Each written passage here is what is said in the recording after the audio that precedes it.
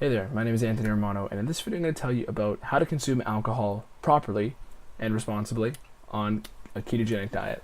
So basically I'm going to run through the types of alcohol you can have and the types that you can't, how to make it more optimal, more enjoyable, right? How to consume them in ways that keep you in ketosis but also optimize the taste of what you're actually drinking.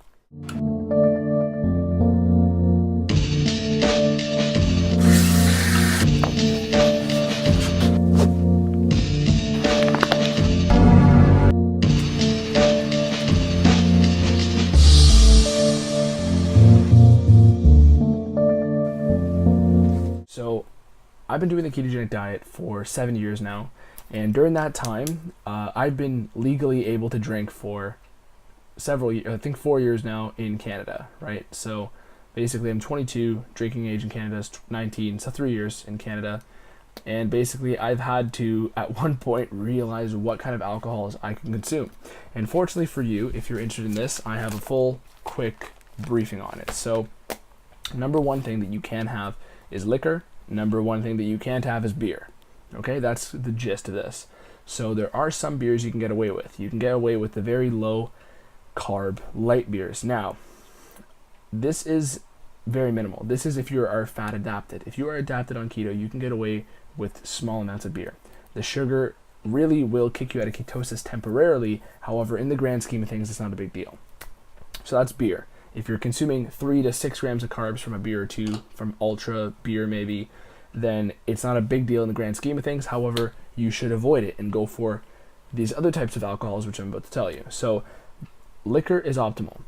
Basically, all alcohol is going to get processed in your liver, and this is going to temporarily turn off ketosis. However, it's not going to make your body start using carbs. It's not going to make it harder for you to get back into ketosis the next day. It's just going to put a halt on ketosis, and you're not going to be deepening it while you're drinking. Not a big deal. If you have a family function or anything like that, you can have a glass of wine. Maybe if you're like me today, where I had my girlfriend's Christmas, and basically her grandfather comes up to you and gives you a shot of brandy the second you walk in the door, you can pound it back. Basically, any sort of liquor that's pure distilled, the more distilled the better. The more clear the better. Vodka is optimal, really, if you are going to have to pick one. It's basically going to be the smoothest through your body, in and out. And if you had to pick one liquor that would be the best for you to consume, and you just don't care about the taste of liquors that much, you just want one that will just, get the desired effect, then vodka is the one that you should pick. Now, a way to make it taste good would be basically what I do, which is you grab a stevia-based sweetener. So one, those little Mio squirter water flavoring things?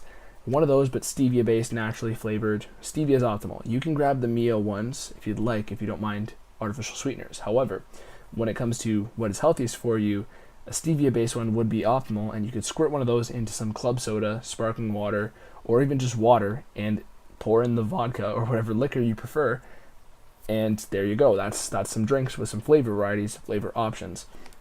You can also use diet beverages, so diet soft drinks. So Diet Coke, Diet Sprite, Mountain Dew, Diet.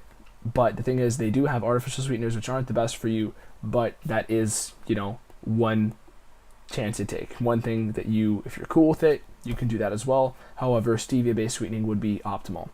Now, on to wine. So wine is fine, especially if it's fine wine, and red wine is optimal. Red wine is better, but white wine, assuming it's not made with sugar, because a lot of white wines are sweetened with sugar, is also fine. Like I said with the beer thing, it's that the total amount of carbs that you would get from liquors, if it's wine, champagne, or beer, if it's a very low carb one, even though it's high glycemic carbs basically, so more dense in sugar, yeah, it'll affect your ketosis more than pure vodka will. However, in the grand scheme of things, it's not a big deal. It's not going to affect your ability to hop back into ketosis the next day. It'd basically be similar to a targeted ketogenic diet, which I have a video on. Basically, a targeted keto diet is where you can consume small amounts of carbs and then exercise them out. So basically, let's say, for example, you're going to a club one night and you have some champagne. I don't know, you're going to a party or something, right? If you're going out and dancing or whatever, or going out having some fun, moving around, and you have some carbs in your system, a couple grams, especially if it's the type of sugar that's in drinks, right? So more pure sugar, right? then it'll go into your muscles right away and right out of your body. If it is a fructose flavored alcoholic beverage, that would be more of a problem. Those are the ones that you should stay away from. So the champagnes or the vodkas or the beers that are flavored with fructose, high fructose corn syrup, sucrose, which is sugar and fructose, basically anything with fructose you want to avoid. So what is fructose? Fructose is the fruit sugar. And basically this also gets processed in your liver right away and turns off ketosis. And in general, you don't want fructose on keto, because fructose in small doses will kick you out of ketosis almost more than a couple grams of bread would, a couple grams of oats, slower digesting carb. And in general, it's a big no-no. So if you can avoid drinks with fructose in them, you're doing a large deal for your ketosis and also, drinking at the same time. So champagnes or vodkas or beers or wines that are sweetened with fructose, big no-no. And in general, if they do have a couple carbs, it'd be better than consuming fructose flavored wines with carbs. So pure champagne, pure white wine with no extra sugars, you can get away with small amounts, but optimally a liquor, so a vodka, rum, brandy, whiskey, those are all fine. You can have those, you can mix them with different drinks. Soft drinks, as long as they're diet, you can mix them with club soda and flavoring, and that is the funnest way to consume them. In general, you don't want to be doing this and drinking the night before, you have a sports event or you have a big lifting day, because drinking always is going to impact that. So you should already, know that. In general, you probably won't feel like you're going to get a worse hangover or anything like that. That's all going to be based on your tolerance again. Keto doesn't really affect that. Like, think about it, not eating sugar isn't really going to affect that. And additionally, one thing some people notice is that they feel the alcohol a little bit quicker.